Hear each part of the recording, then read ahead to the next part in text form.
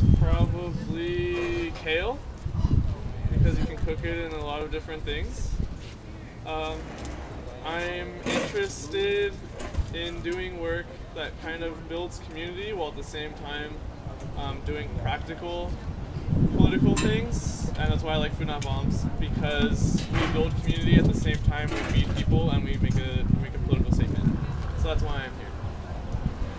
My name's Andres, and I guess one of my favorite food or one of my favorite vegetables would be garlic. I really, really love garlic. And I think one of the reasons why I'm here is because working towards building community and getting to know, the faces of the people that live in your neighborhoods is one of the most important things that I'm doing any kind of outreach or activism. And this is pretty much the first step, is beginning to enjoy yourselves and get to know one another before we can move forward. And my name is Mommy, and my favorite food that's really hard, probably berries, like wild berries, strawberries. I've been doing Food Not Bombs for many years. I started in the Midwest and then did it on the East Coast, and now I'm here. So I love Food Not Bombs as like an activist and doing community justice work, sort of in small spectrums.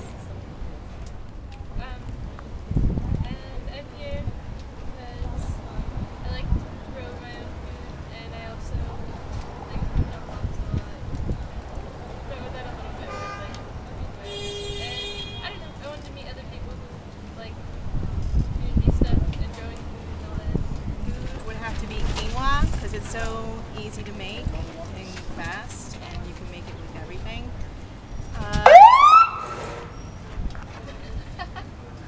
Wow. It's just like a real Food Not Bombs. Oh wow. One of my interests is issues regarding food access and having enough food to feed the homeless, and also women's issues. So I'm very excited for this discussion here today. My name's Sydney, and my favorite food is a tie between kale and garlic. But I love every food a lot. That's why I'm here. That's what I'm interested in: food, growing my own food, and building a community. Can everybody hear? I'm Blaine.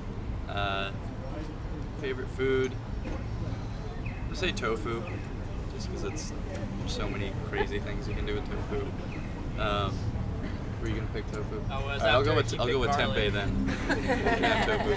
I'm just here to discuss, with like-minded people. Radical. Alex, I would say that my favorite foods are noodles and soups. I work for an environmental nonprofit, and I'm just interested in sustainability in general, and I hear that food waste is just a huge problem, so I'd like to hear about the structural problems that reinforce it. So. My name is Courtney. I think my favorite food has to be red fruits and vegetables, red peppers, strawberries, apples. And I work for Standag, and one of our main goals is to try to reduce emissions, so we're more of the transportation side of things. So I'm here to learn about the food side of things. My name is Joelle. My favorite food is kale, and I'm just here to learn more about what I can do. My name is Rob. My favorite food is probably tomatillos, because they have good acidity and they're fun to cook with. I'm here to learn more about Food Not Bombs, find out how I can get involved, and my interest is in cooking. My name is Indiana.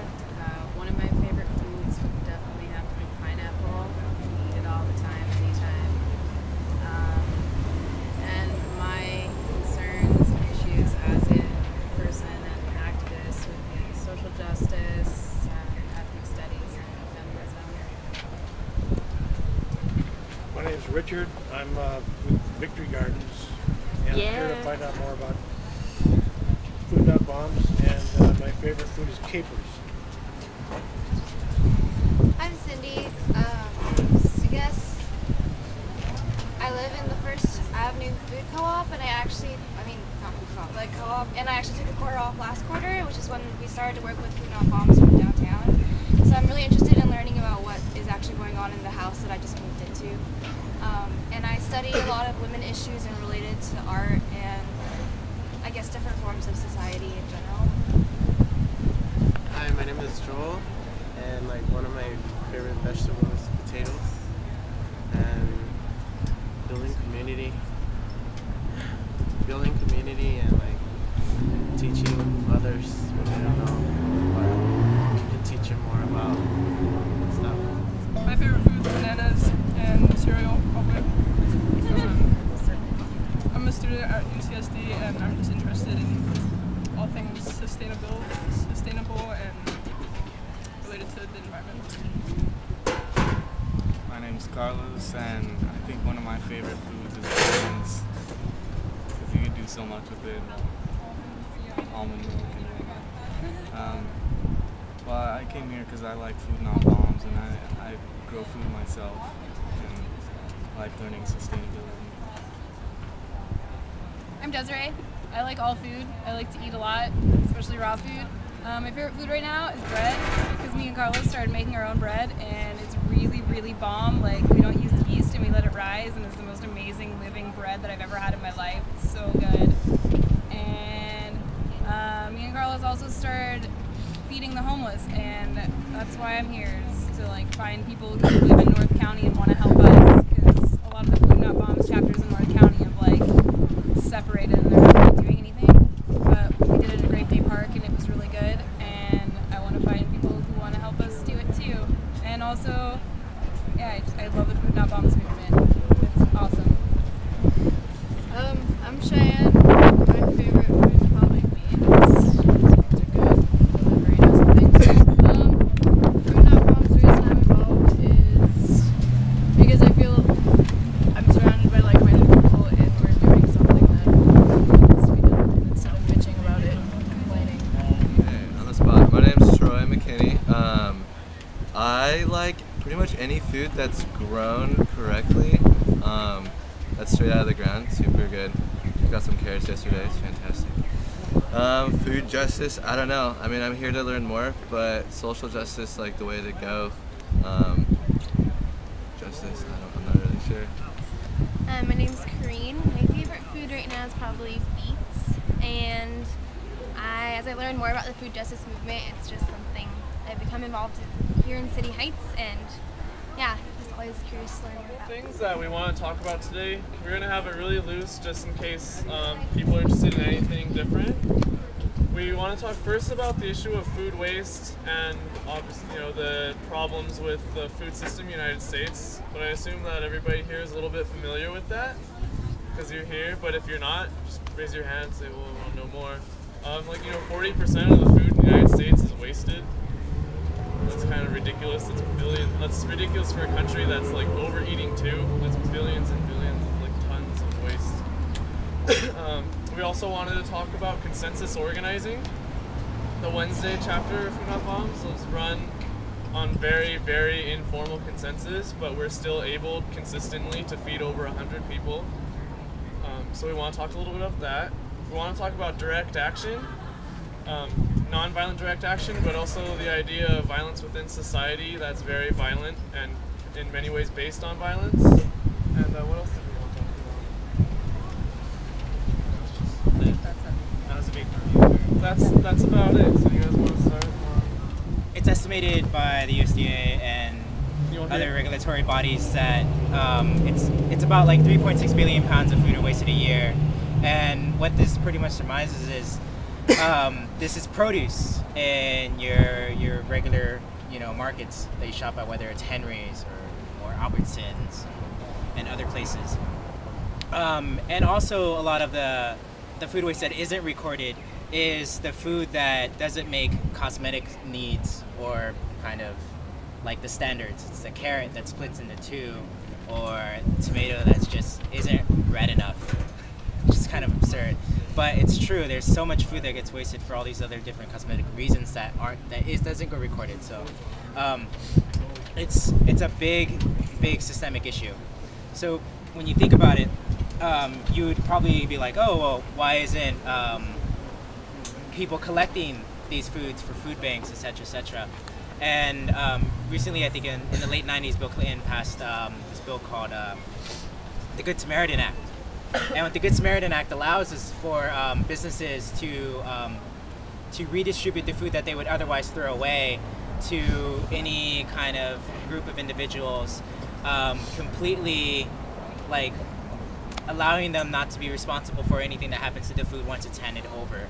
So here in California specifically, it's not really known to a lot of businesses, and not a lot of people are aware of it. So there's still this continuation of food that's being thrown away.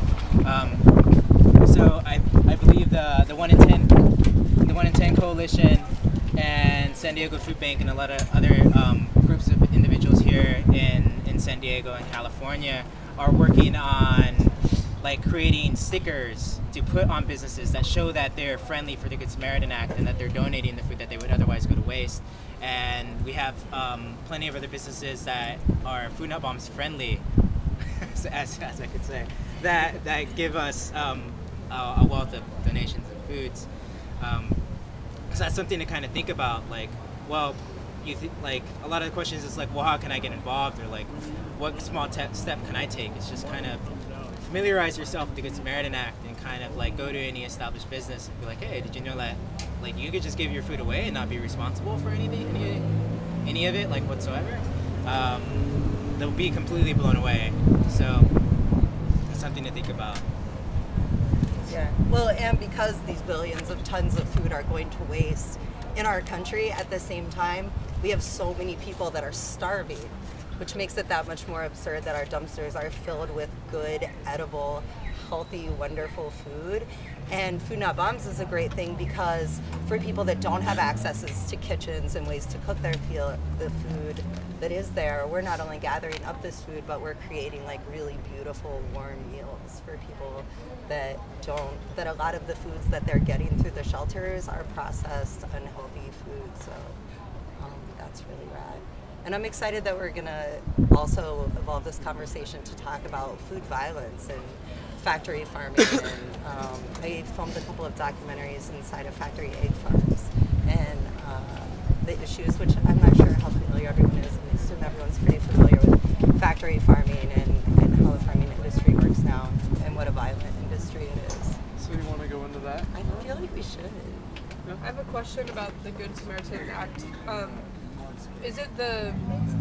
there like established places? Like I know there's like GTM in Lemon Grove that has food that would otherwise be thrown away, but is it that company's responsibility to find who they want to give that food to, or is there like an established group of people that collect that food? Because I feel like some of the places would be overwhelmed with like wondering, well, who are we going to give this food to, and is it going to be a pain for us, you know? Just like with any like organizational structure, they prefer giving it to like other like unfortunately, like, well, not unfortunately, but you know, like established like organizations and groups that usually have like nonprofit status, et cetera, that have mission plans and mission statements that that specifically give them an idea of like where the food would be going to ensure that what they're donating is used to its full potential, et cetera. But there isn't really any regulations on like who they can and cannot give food to. They could give food. Like a lot of times, what happens is like the produce managers and et cetera can eventually take stuff home for themselves because of this law. So while the law doesn't have rules, sometimes specific corporations have rules within their company. For example, Starbucks, you have to be a nonprofit organization before they will like donate to you. Obviously, there's other ways to acquire the food other than signing up for a donation, but some companies do have policies against like or for who they will donate to. Kind of touched on this issue of violence in food, whether it's factory farms or just food systems. And Food Not Bombs started over 30 years ago, and the reason why there's not bombs in the name is because they wanted to address the arms race that was going on in the 80s. And it's still part of the message of Food Not Bombs is that money that goes towards destructive things like war, development, other forms of imperialism or domination could feed the world or could provide people the means of feeding themselves so that they're not dependent on aid or something like that. or on a company to give them a wage so that they only have, you know, a weekend and they can't afford healthy food. So the idea, we're a direct action based organization, which means that we want to do something right away, and we want to do something that just solves a problem right now for the time being. We don't wait for somebody to offer us solutions. And whenever people say that phrase direct action, they always tack on nonviolent in front of it. And we want to talk a little bit about what constitutes violence. Because everybody thinks, you know, an obvious example is getting punched in the face. That's a very obvious form of violence. But when you look at the larger global economy, food systems and things like this, with real results of you know, imperialization and languages dying all the time, people starving, the vast majority of humans on Earth, you know, living on less than $2 a day, that's a form of violence. And these things come from market economies and from foreign policy that doesn't put people first. So in a way, we want to bring the scope of what constitutes violence. We want to broaden it to where, you know, shopping at Starbucks, you contribute to you know, a large corporation that doesn't put people first, and that's an act of violence because you're affecting coffee markets and you're making it impossible for coffee growers to make a living wage. Or just the way that people view the homeless. If you're walking downtown and somebody asks you for a dime, and it's really common to not even acknowledge them, or to assume that they're crazy, or to assume that they're lazy right off the bat. And that's a form of violence, and that it contributes to this violence in society. So we want to kind of broaden it and reevaluate what we call violence, and understand that it's something that exists in the world whether we like it or not, and we partake in it even when we don't want to. So dumpster diving is against the law, recovering food, and that's seen as something that's potentially violent. Even though we go out of our way to remove ourselves from violent systems, we go out of our way to what's a good word for this? To prevent waste, which is a form of violence because it's food that could have otherwise been eaten. And we want to kind of argue that in some instances, less here and more abroad, there are some really valid uses for otherwise violent activities, such as food riots in Mexico when the price of tortillas and staple food gets high. And those are valid because those are, you know, people's only outlet to kind of make food justice.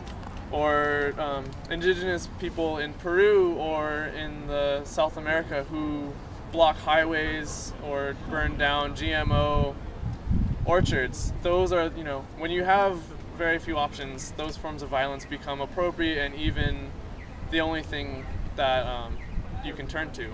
So we want to kind of broaden that, kind of make people aware that even what they think of nonviolence can have violent repercussions, and that kind of by working outside of regular rules, we try and make as much positive change as possible. Does anyone have any questions? Was I clear on that, or you guys want to throw anything in? It's all about like not like remaining complicit and like participating essentially in not necessarily the struggle, but to address food issues. Like direct action, pretty much, like as Ken was saying, is like not like allowing ourselves to be regulated outside of any kind of like other organizational structure. So dumpster diving, for example, is a direct action, meaning that we take it upon ourselves to go and, you know, get dirty at times and enjoy ourselves, to collect food that would otherwise be going to waste, to provide people life-sustaining energy, you know, through these foods so that they could carry on with their day because they normally and typically don't have access to food. So. Another form of another issue we wanted to bring up in relating to violence and food is the use of animals for food in mainstream industrial food production, which is an extreme form of violence and just commoditization of life. the food that we serve at Food Not Bombs is all vegetarian. Sometimes we include eggs and dairy if we have it.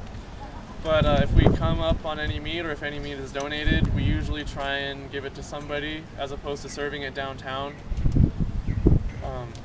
I mean, this is just the biggest example off the top of my head of violence that's institutionalized in food, where you think it's okay without contemplating it, without recognizing that somebody had to die for this, and that somebody who was poor economically was forced to go into a job where they had to kill these animals and where they put themselves in danger just to make a living.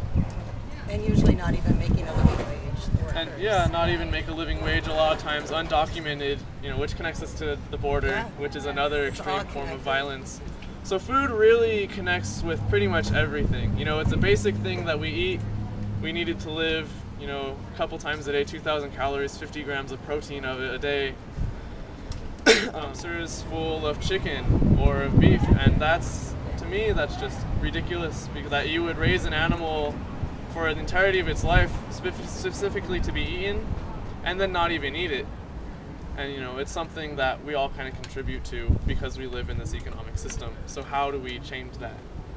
So do we want to get into, does anyone have any questions right now? Comments?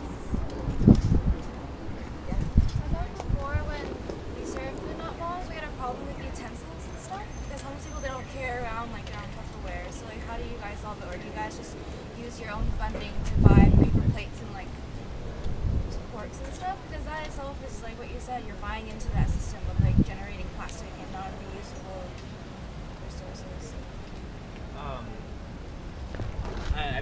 I've been on and off organizing with Food Not Bombs for about like 4 years, and that problem is a real concern. Like, it comes up like whichever state you're in, whichever Food Not Bombs chapter you're a part of. And a lot of the answers I've seen to that is like, how do we not contribute to the plastic waste every year? Is having effective dialogue with the people you're serving. Be like, hey, when you're done with your utensils, can you throw it in this bucket of like soap solution that we prepared for you so we could wash it, or like you can make it and take it home? Or having waste baskets that are specifically designated for utensils to be brought back at the preparatory places and then washed and cleaned. I mean, that's one of the easiest ways you can ensure that you're not contributing to the waste plastic. But of course, like, they end up in the trash for the people that you're serving. They have places to be, so they get their sustaining food and then they take off and they leave. And those are like external factors that we can't really like control. But a lot of the times is like also communicating with the people that you're aware of that like come, like whether it's students or your friends and other people that you're supporting through Food Not Bombs. Like, you could bring your utensils, bring BYOB, bring your own bowls, etc., to ensure that we're not contributing to the continual waste process.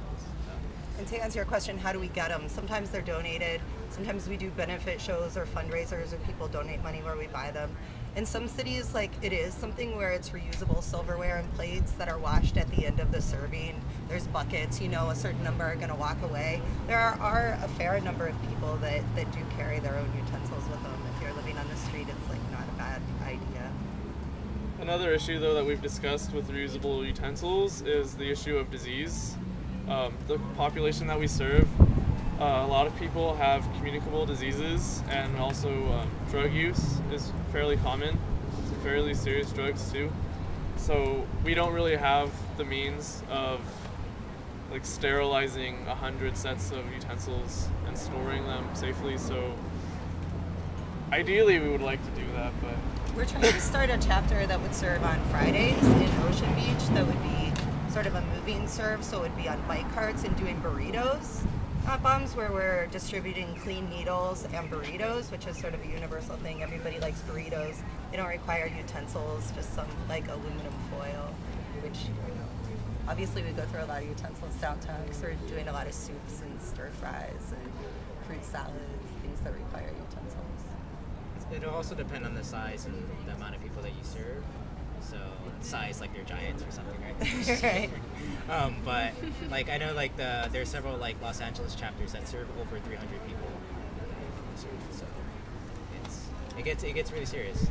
Just like what Ken and Ami is saying, like when you try to consider like health and all these other issues, it's something to think about. That like we actually we just like ran into Rite Aid and like bought as many things as we could because we're also serving soup and we're also serving like this mashed up rice stuff. And you need a plate, you need a bowl, you need a spoon, you need a fork, you need like all these things. And then I don't know, it was coming out of our own pockets, which is totally fine. But then at that point, it's like, how can we solve that problem where we could, you could like sterilize it, but then it would take a lot of manpower and it's just like all these factors. And then a lot of chemicals to sterilize. And need is subjective. I mean, you can drink your soup out of a cup. You can mix your rice with your soup. Like when you're hungry, I do. Like, yeah. So it's not always necessary to have a plate and a bowl and a spoon and a fork. Like And we there try are ways to to consume food without that. as much as possible. Like, Yeah, we do.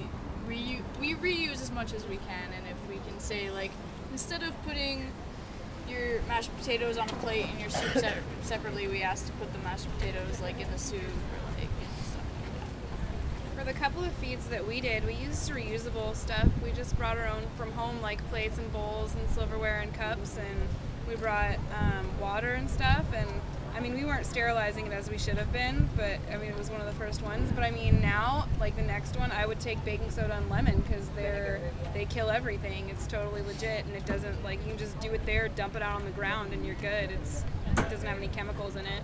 Does anyone know will that work for like Hep C and stuff? That I don't. I'm not sure. I don't know how, like, I don't know anything about the diseases really. We have nurses in the community we could ask. Yeah, that would be great to find out. I mean, I know in the Bay they they just wash it. Yeah. Vinegar and soap and rinse and dry. If you all are interested, talk to me about having a conference on the issues of plastic and serving utensils because I'm really interested in finding different solutions to it. Yeah, for sure. Anyone else have any other questions right now? Anything about like? Do any of you have any questions about like how consensus or organizing kind of goes about? I know that we didn't really talk about it really, or how Food Not Bombs is structured that way.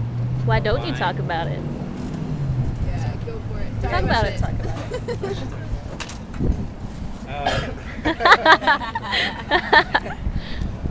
it. I was trying to give Ken a way in. The way that we function is through consensus. We are a totally horizontal group. We have no bosses. Hierarchy. We have no hierarchy. I mean, occasionally we kind of delegate where people naturally take roles. Like we've noticed that we usually have somebody who heads up cooking every day, and sometimes it's the same person for a couple months. Sometimes it changes day to day. But we always want to make sure that everybody knows exactly what's going on to the extent that they can, and that everybody has a say. If somebody has a strong disagreement, then we will talk about it and try and work it out. So essentially consensus is just, we get, like this in a circle, everybody talks, we all have to know who's here and what they want to do with the group. We all have to have a common goal, and we all have to be willing to make compromises and work together to meet those goals based on how we feel is appropriate to work. And we just basically discuss things. This is the most basic way that people make decisions in your everyday life. Do you have a question? No. Oh, okay. And it's way better than like democracy where you're taking a vote and being like, well, most of you want this, so the other half of you are just screwed because you didn't win. This way at the end, everybody, it's making sure that the entire group is on the same page instead of a couple of, or a little more than half of the individuals making a choice for the entire group. So working on a consensus base, you come across like the issue of the democratic ruling, which is like majority rule. The minority is kind of like not necessarily considered in this process. But then also like you gotta think about like how voting takes place. The direction that you take with your voting process is greatly going to alter the outcome. So I could say like, okay, how many of you would prefer that we use plastic utensils today? Okay, most of you. That's the vote, and that's the route that we're going to take. Most of you decided, let's say, not. And then the proposal for voting could also be like, how many of you like to have utensils today, and then there would be, you know, obviously a few more hands, but it still wouldn't be the majority. But then that was the question posed in itself. So then the decision would go forward to use plastic utensils. And also when consensus-based organizing it also creates the opportunity to kind of move beyond like typical gendered relations and power dynamics. And instead of being like, oh, you know, I want you to do this, can you do this? You can be like, oh, we need this done, and is anyone available to kind of work on this? Or like, you could make suggestions instead of demands, like, oh, you know, like, I see that this needs to be done. Would you mind? Or like, I kind of suggest that maybe we could start working in the kitchen before it starts to rain, or so on and so on. So it creates different power dynamics within groups and different language, essentially, which is very important. And there's a lot more respect for individuals, like where, you know, not that it always happens, but we try to make an effort not to like speak over one another, and to make sure that like the vibes in the room, if there's a person that's normally like really loud and has a lot to say, maybe that person like steps back a little bit, and someone that's usually more quiet or doesn't voice their opinion has the opportunity to come forward, so that it creates a space where like everyone's opinion is acknowledged and is valid and is like used, instead of a few people sort of taking over the situation, which is always great. I personally like it the most because it really makes it easier for us to create real working community. The reason that we can be so loosely organized and not really have a leader or even a business plan or anything like that, or, you know, headquarters where we have secretaries and things, is because through working with Consensus and working with so many people who come in and out of our organization to volunteer a few times, we've integrated ourselves into a specific community in San Diego, so that people who don't even come around a lot will be concerned about, you know, do they need a fundraiser? Can we throw a benefit for you? Can I stop by today and help cook? Things like that, and people will come, and it's kind of like waking up and brushing your teeth. You know, Wednesday's here. Oh, I better go cook. It's just a regular part of your life, and it's part of the culture of this group of people now. And it gets something positive done. It kind of defeats the idea that human nature is inherently selfish and greedy, because it's just this is something positive that we do just kind of naturally now. It's in our tendencies now. And you know, yeah, Consensus, and everyone here is obviously welcome anytime to drop by and help cook, or drop by and just help serve, or come and help dumpster for food. And you don't have to like call ahead or email ahead, like you just show up and help, and anyone is always welcome, whether you just want to chop vegetables or if you want to do whatever part of the process you're interested in helping out with. Like, the more people, the better. Is there like a sign-up sheet or something? Yeah, we have an or we email can just list. give you the information of the times. Like, we're pretty consistent, like times and places to show up if you want to help out. So what we're passing around right now is a San Diego flyer that has contact information and location where we serve and what times that we serve at.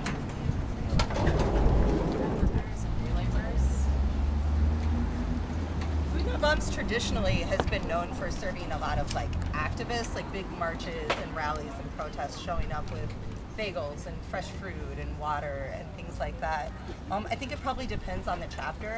If you're interested in doing work for that, I know a lot of us would be interested as well. That's something I wanted to talk to you all about, like trying to organize, because I worked with Border Angels last summer, and they had like a day labor program, and not to get too much into the problems with it, but I mean, it was essentially like processed food from the 99-cent store and a bunch of waste. So something like this, where you're actually like preparing fresh, good food for migrant workers and day laborers, would be so much better. Border Angels just started a chapter at SDSU, yeah? Yeah. Is that where you're from? No, I just graduated from CSD. And there's a Tijuana Food Not Bombs chapter now, right? There's another group in Tijuana now that serves, I think, once a week.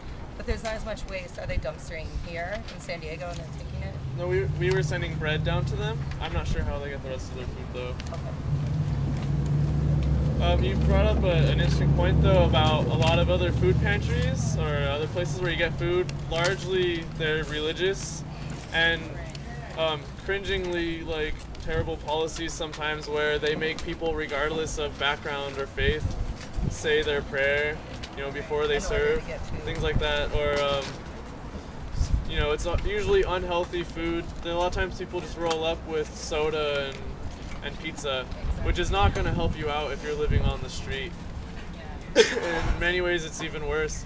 So one thing that we firmly believe is that direct action is not a form of charity. We're not trying to just give something to somebody and not help them get up a little bit more. Because when you do that, you create a really self-sustaining imbalance in power. You establish that you are like the privileged person who's I'm gonna help you because you're helpless, and that helpless person stays helpless. That's what so many charities function on, and that's a large part of how things like Social Security and food stamps function here. When you're getting it, you can't get out, but if you weren't getting it, then you and you're getting it under these conditions. So you can stay in our shelter as long as you don't have this mental health issue or this addiction issue, or as long as you're willing to tell us that you'll be a good Christian, like while you're staying here, then we'll offer you that. We're just like, not just offering food, we're usually sitting down on the sidewalk and sharing food with you and having conversations, or doing giving each other haircuts, or doing whatever, you know what I'm saying? It's more about like, we're all the same people, we're eating food together. We're lucky that we have the luxury of somebody who's letting us use their kitchen to cook this food, but like... And it comes up like, people are kind of, at first they're like, oh, this is recovered food? Like, are you sure it's safe to eat? And we say, this is what we eat. We wouldn't give it to you unless we felt comfortable eating it and sharing it with our friends, and we want to be out here and share it with you as friends. We're not giving you something that wasn't sold, we're not giving it to you because we couldn't make a profit off of it. It didn't fit into our business. It didn't make us money. We're giving this to you because it's there and we have it and we want to share it with you. And we want to help rising tide lifts all boats. Which is a weird thing that we think food is better if it's like vacuum sealed, like, oh, it must be good then. It's not plastic. Never been opened. I guess I just kind of want to talk a little bit about dumpster diving. I think when you go out and do it, it's understood that you have to take certain care doing it because you are taking part in something that's illegal.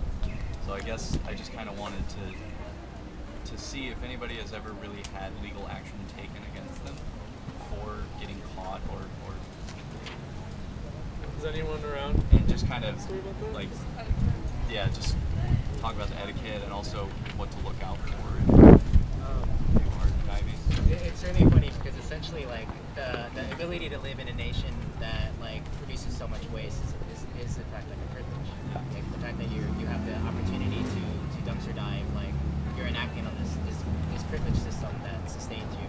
So like with the dumpster diving etiquette, like I don't want to essentially like talk about like, oh, you have to do this, you have to do this. But in order for dumpsters to like continue like to be a viable opportunity for you to gather food, like you have to act and approach it and leave it as if you were never there, is one of the most important things. And a lot of people, when they go dumpster diving, they act like raccoons, just like they see something that they like and they take like what they need and stuff like that, but they leave a mess when they're done. And it's, etiquette in itself is kind of like having this approach to like ensuring that like that your actions at the dumpster, like leaving a mess, doesn't affect the person like that goes later that night, or like that usually goes on a different night, that goes for different reasons, whether or not like they actually go dumpster diving to support their family, as opposed to you go dumpster diving because you don't want to pay for your food. So it's really important to take that approach. And there's a broad range of like dumpsters for anyone that's dumpster dive. Like there are places, there are bagel shops that will separate their trash from the bagels that they throw away and put them in clear plastic. There are places that really don't like people dumpster diving, so they'll like break glass on top of their trash to make sure that there's shards of glass in it. Pour chemicals and stuff on top of it to make sure people won't take it. There's dumpsters that are locked or unlocked, behind fences or not. I mean, headlamps are obviously, or flashlights are a good idea. Going right after it rains Yeah. Or when it's raining. Or when it's raining, because the sludge is nasty. Also, just about the legality of it. We found out the hard way that sharing food is highly illegal in the United States. We've been hassled by the cops more than once. I've had my information taken down, and it's a good thing that you have to think about when you're doing anything that helps people. You have to think about how you're going to deal with the cops, because anything you do that helps somebody is going to be illegal. Yeah. That's just the way that this place works. So, you have to look into, if we ran totally legal, it would cost us thousands of dollars, way more money than the food would cost if we bought it, just to get all the permits and just to be out there and just to get permission from somewhere to serve there. So, In my history, I've had more issues with people that work at the places where the dumpsters are than with police. Like, I've had run-ins with the police in dumpsters, but I've had more run-ins with people that work there. And I think, a lot of times they end up not caring. Yeah. Tell them, Well, I think a lot of people do just kind of somebody's digging in the dumpster. What's wrong with Right? What's going on back there? The police can be really empathetic to they could be really empathetic. Even security guards can be really empathetic, and a lot of the times, a lot of the dumpsters that we've worked with, we've had access to that we've had open communication with security guards. Is this okay with you? Would you get in trouble? And they do it too. Yeah, and sometimes they'll say it's okay with them though, and then go in and call the police. Yeah. And you have to get the hell out. I was just gonna say that even it is really important to understand what the repercussions are, but overall, no matter if you know that a place is gonna say it's okay, it's always important to assume that they're not okay and assume that somebody else, always just go in there and make sure that you're not leaving a mess, make sure that you're not being seen, because I know that there are places that the workers are cool and they'll be like, hey, there's some of this here, but it's always just better to assume, because unfortunately we live in a place where they'll pour stuff on the trash and the manager will say, if you let people in the dumpster, you're fired, so it's always just best to assume the worst and be as respectful and quiet as possible. Totally, being aware of that, knowing that you are at risk, it is illegal, and yeah. If the wrong cop shows up, it's a problem. But any law that promotes starvation shouldn't be a law that's followed. Well, most laws shouldn't. Yeah, most laws shouldn't. Laws don't make sense. Yeah, it circles back on our idea of violence. That's part of this. Why is it illegal to help people? Well, because this is all based on violence and profit, not on making life livable and everybody having what they need. You're trespassing and you're stealing. Yeah. It would be better for it to rot and all they have to fill them. Yeah, I think also back to the etiquette is also not being a jerk about being caught in a dumpster. Just being okay, I apologize if this is affecting you. I'll leave now. If you want me to, do you mind if I take whatever already collected and just leave? I will come back. I apologize for the inconvenience. I hope you understand that I just don't have access to food. This is a really big issue, and this is kind of what I have to do. Would you allow me this pass just this once? Or just say you're looking for boxes. Yeah. Or just They're artists. When a cop or an authority comes, it's really easy for us just to be like, fuck you, man, leave me alone. But it is really important to just either explain to them a little bit if you think that you can, or just be apologetic, and because it is a power trip a lot of the time, and if you make them feel like you're fighting them and you're stronger than them, then they're just gonna make it harder for us. Well, just the rundown of what happened twice when we were in downtown serving is the cops have come up and said, hey, I really like the way you guys run things, keep up the good work, this looks good. But sometimes they come and it's a recession, they have to make up for budget cuts somehow, they're gonna give tickets. So they say this is illegal, but it'd be terrible for us to say, I know my rights, you can't do this, I'm gonna call a lawyer and you're gonna lose your job. But just do the basic things okay, what am I doing wrong? Which law am I breaking? How can I fix it? What do I need to do this legally? And always, to say, hey, and what's your name? What's your badge number? Because they have to give you that. And it's a sign that they know that you're practicing, that you know what you're doing, and that you know how things work, and it puts you on a almost more even level. Except you don't have a gun. Except not. And jails. Which is another corporation profiting. Good job, awesome. They've circled the block and come back and be like, hey, you guys are still here. This is great. You know, wow, that's a lot of people you served today. I'll see you next week. And then later the next day or some other time. No, and it wouldn't be the same cop specifically, but it would be another individual that would be like, hey, you guys got papers? And it's not like we could directly be like, oh, do you know Lieutenant? This kind of, he's cool with us. You know, That helps, though. We're bros or whatever. But it helps. It's also sometimes like a lot of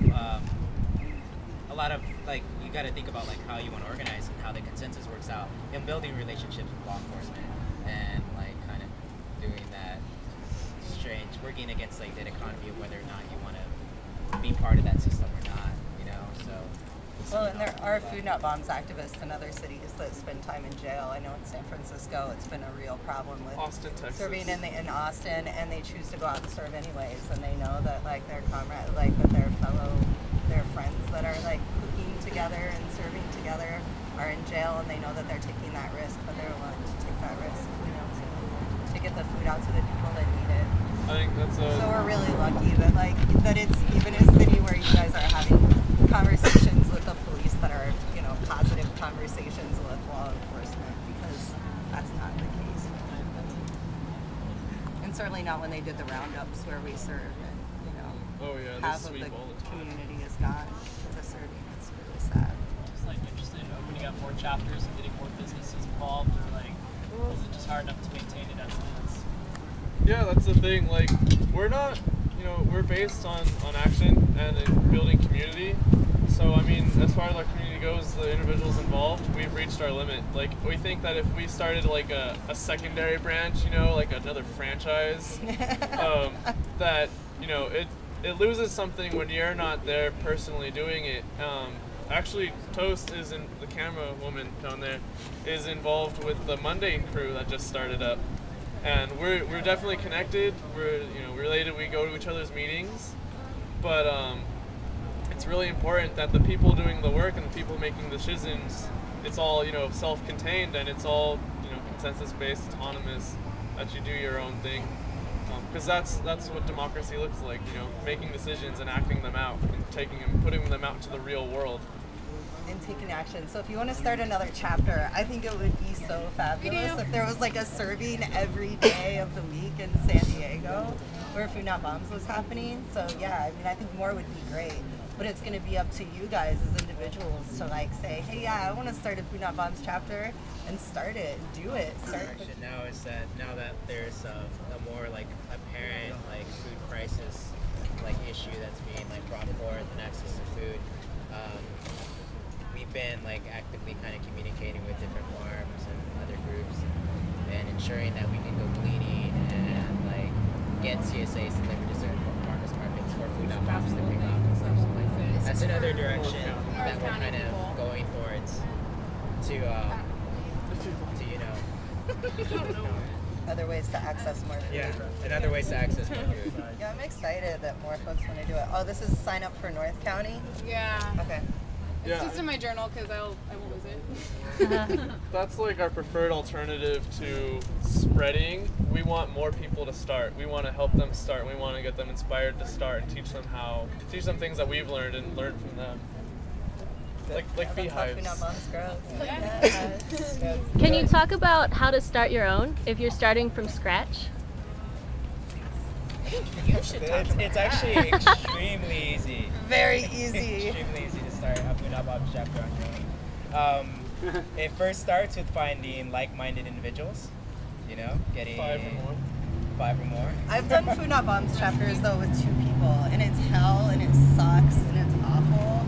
So the more friends that you have that are people that you can depend on to show up like regularly, the better. But then it also gets confusing and crazy when there is like 10 people chopping. Oh, I love it when there's tons of bodies in the kitchen. Like, you're like, I don't know what I should do. It's confusing, and it's like it just kind of slows production Yeah. down a bit. Too many. Again. That's a good problem to have, though, don't you think? So after you get too many people to chop, essentially you get food, you cook it, you take it somewhere, and then you clean your dishes. Big and you just do it pots are regularly. good. Not necessary, but really good if you know someone with big pots. Getting a lot the of food. Times, like community kitchens through like Churches. churches or restaurants or Charter Whole schools. Foods. Like, yeah, there are places that already have all the pots and pans and utensils and that are paying the gas bill and the water bill on time and The wellness that will center let has a you big use their kitchen. That's a great thing. If you can use the kitchen, like if you have a house or an apartment or a kitchen that you can use, that's really great. So yeah.